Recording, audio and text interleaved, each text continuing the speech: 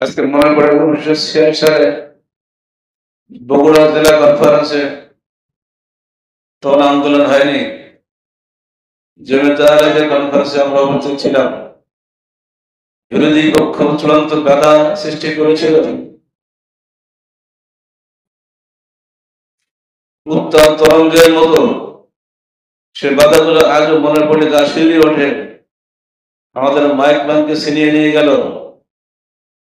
আমন্ত্রিত ওলামা কিরামের অনেকেই জামা পায়জামা খুলে প্যান্ট শার্ট করে পালিয়ে চলে গেল। বক্তৃতা দেওয়ার মতো কোন আলেমার নেই।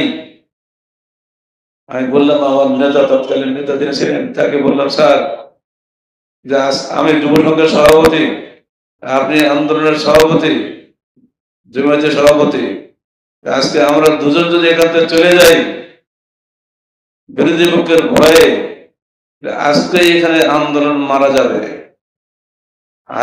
আন্দোলন আমাদের জীবনের বিনিময়ে বেঁচে থাকে, আমরা সেটাই কামনা করি। আমি যাবো, আপনি আমার সঙ্গে চলেন। আশ্বাস মানে শুনে সাহস দিয়ে তাকে নিয়ে গেলাম। মঞ্চে গিয়ে দেখি ফাঁকা, 21 জন পুলিশ বসে আছে, মঞ্চ পাহারা দিচ্ছে। আমি পুলিশদের বললাম, ভাই শোনেন, এই যে মানুষটা বসে আছে তিনি আমাদের নেতা, আপনার খালি ওনাকে পাহারা দেন। শীতকাল, আমার গায়ে 121 টাকা দামের একটা পুরনো শাল আছে,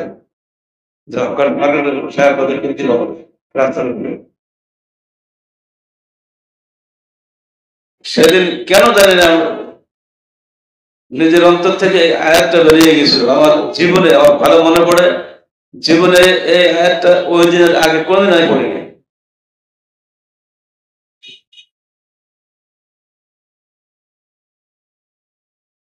আল্লাহ বলছেন, ওমান আহসানু কাওলান মিম্মান দাআ ইলাল্লাহ ওয়া আমালা সালিহান ওয়া ক্বালা ইন্নানী মিনাল মুসলিমিন ওয়া লা তাস্তাবিল হাসানাতু ওয়া লা সাইয়্যিআহ ইদফা বিল্লাতী হিয়া আহসান ফাইযা আল্লাযী বাইনাকা ওয়া বাইনাহু আদাওয়াতুন কাআন্নাহু ওয়ালিয়্যুন হামীম ওয়া মা ইউলাক্কাহা ইল্লাল্লাযীনা সাবারু ওয়া মা ইউলাক্কাহা ইল্লা যু হাযযিন আযীম। সূরা হামিম সাজদা 33, 34, 35 আয়াত। জীবনের প্রথম সেদিন এই আয়াতটা বলেছিলাম।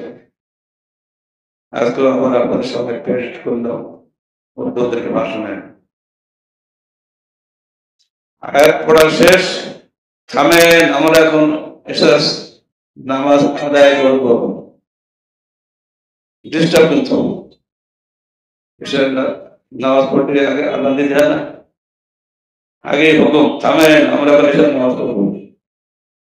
উদ্দেশ্য যাতে আমাদের বক্তব্য না হয়।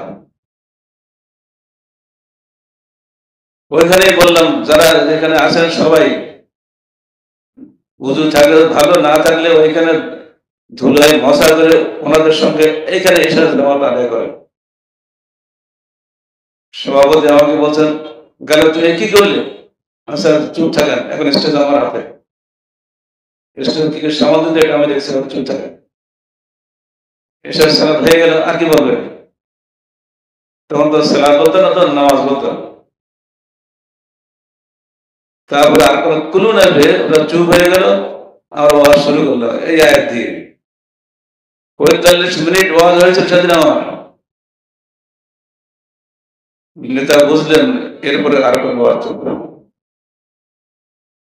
উনি বলে উঠে দাঁড়িয়ে বললেন, এখানে আমাদের ওয়াজ শেষ, আপনাদের ঘরের সন্তান হাফেজ আব্দুল্লাহ কাজীকে উঠিয়ে দিচ্ছি, তিনি এখন বক্তব্য রাখবেন বলে আমরা দুজন চলে গেলাম।